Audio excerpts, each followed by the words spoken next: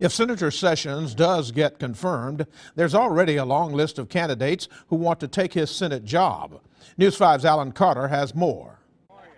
Amongst Republicans, there is widespread acclaim for Senator Sessions' cabinet appointment. It's a great win for the United States. It's a win for our area. An absolutely wonderful appointment. I gave it a standing ovation.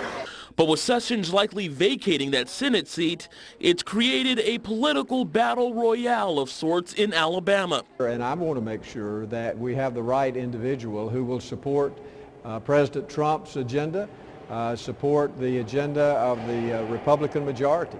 Governor Robert Bentley will hold the ticket if Sessions leaves and will have to make an appointment to fill the seat. There are some front runners, but we're not ready to talk about those right now. I have heard that there are a couple dozen names of people floating around that might be interested in the pick. Terry Lathan is the state's Republican Party chair.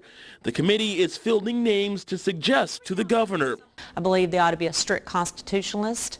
I believe that they ought to have the country, our best interests at heart, and they should be a patriot first. Already there are names considered to be in play, including 3 House representatives who Bentley met with today, and Alabama Attorney General Luther Strange.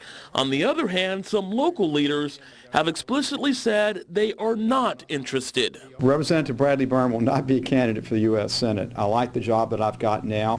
Even though there were lists published, there were some phone calls made and asked me if I was interested, should my name be on the list, and I told them that I really was not. There's a lot of unfinished opportunity in Mobile, and so that's where my focus is going to be in trying to move Mobile from good to great, and so I'm staying here.